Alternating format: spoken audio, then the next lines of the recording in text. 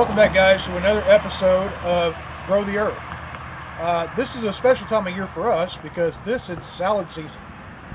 We get to grow our garden of lettuce and kale and spinach and carrots and all these nice, wonderful things that we get to harvest and have. Your salads and so forth they're more of a winter garden here in Texas.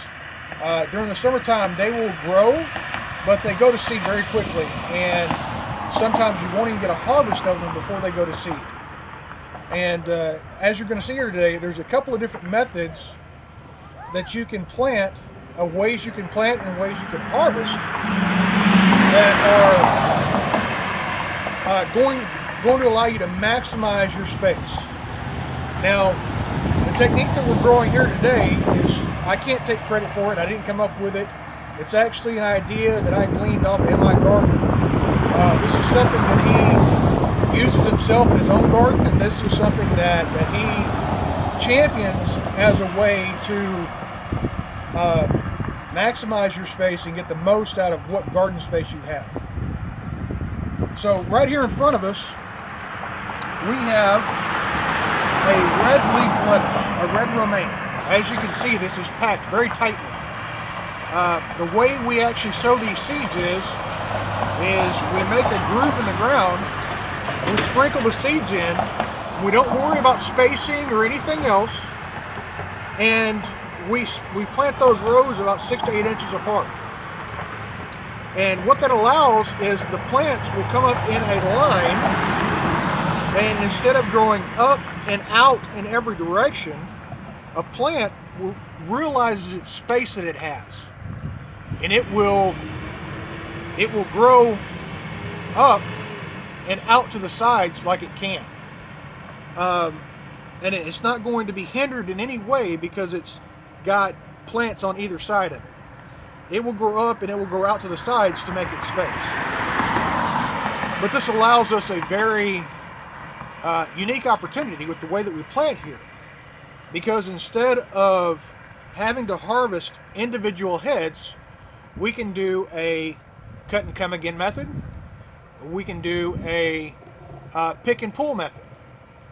And I'm going to bring you in a little bit closer here, and I'm going to show you exactly how to pull you in. We're going to show you how we maximize the way that we get lettuce every year, and this will last all season.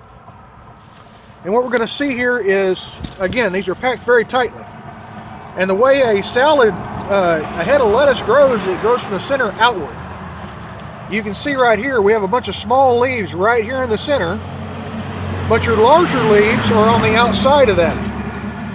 So what we can do is we can come in here and we can grab these bigger leaves and just pull them out. And this is what we're going to eat. So we can come in here and we can pick and pull and leave the center of the lettuce to continue to grow.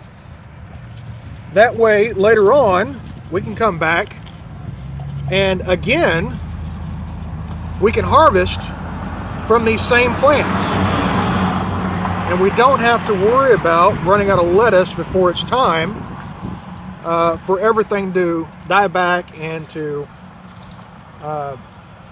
get to seed.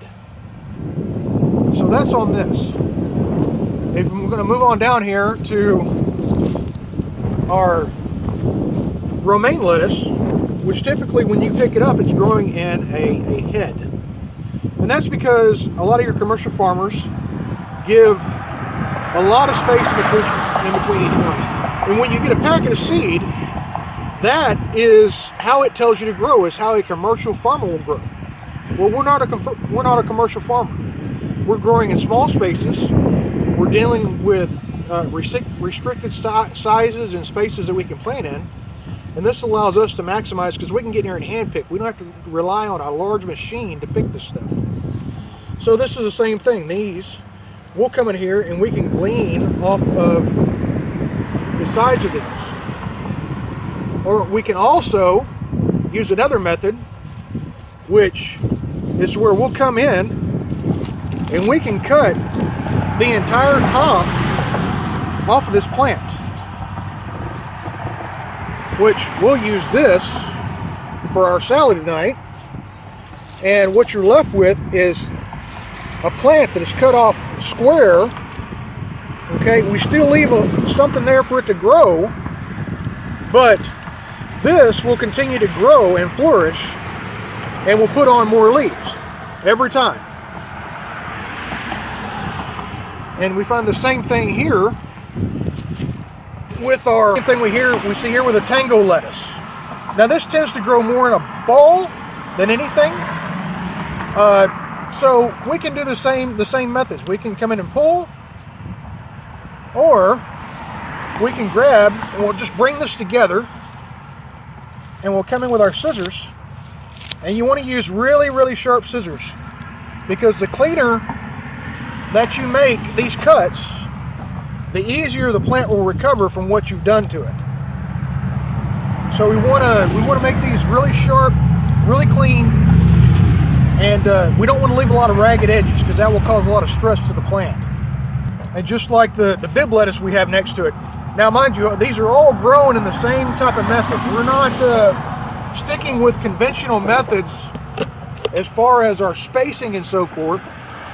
We're looking to maximize the amount of lettuce that we can grow in an area.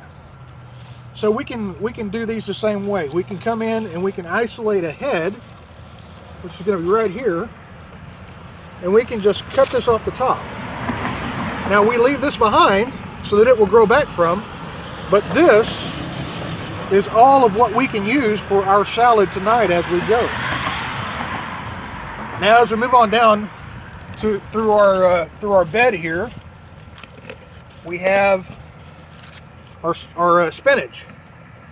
Now this, much like the lettuce, when it grows from the center outward. It has a crown. That's what the center of this is. This is a crown here. So everything that is out on the edges here is free for you to come in and pinch off and collect. Or if you feel more comfortable, you can use a pair of scissors and come in and clip off the leaves. Now, one thing to keep in mind, if you've ever had fresh spinach out of the store, this is twice as good. This is way better than anything you're going to get out of the store. You wouldn't believe the comments from the people that we've given spinach to, that they've never tasted spinach that tasted like this. If you go to a farmer's market, you may get close to it, but growing it out of your own garden, it's just crisp and clean and sweet. It's sweeter than any lettuce you'll ever get out of a store. And this is something that I like to highlight, is the fact of, not only does your vegetables taste better because you're growing them yourself, but also because of the fact of the love and the care that you put into it shows through in the final product. If you're watering these and taking care of them, making sure the bugs are staying off of them and everything else, you not only do you appreciate it more, but it's going to show through in the final product of what you're getting.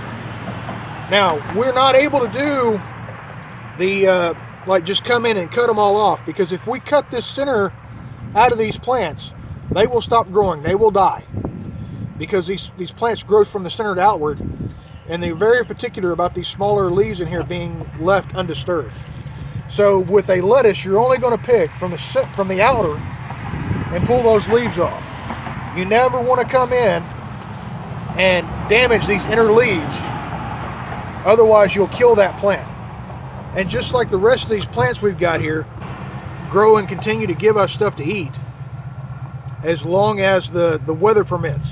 Now, all of these things that I'm showing you here, whenever it starts getting too warm, when this soil starts getting hotter, it's going to send a signal to these plants for them to start putting out seed. It says it's time for me to stop growing, it's time for me to try and reproduce. Because ultimately that is the end goal of every plant you have in your garden, is to reproduce. So if once this stuff starts getting warm and the soil heats up, it's going to go to seed, and you're going to lose the flavor in your leaves. So we move on down a little bit more. All right, what we have here is purple kale. Now, you're going to ask yourself, purple kale? Never heard of it. Well, there are many varieties of kale, but they're not commercially grown. If you notice here, and look here at this purple kale, it's smaller. And if you pan over here and look, this is green kale. Green kale. You see how large these things are, right? This is why this is commercially grown. Not because it's best tasting, but because it produces large amounts in a given area. So this has a very different taste than your green kale does. And it also is, I'm pretty sure, because it's not visually appealing, because most people don't like to eat purple things. Purple is not a normal color within our diet, and when you hand someone something that's purple, it kind of throws them off. So this is another reason why this is not commercially grown. But because this grows slower, it has a different flavor to it, and I can't describe it to you. It's just something you got to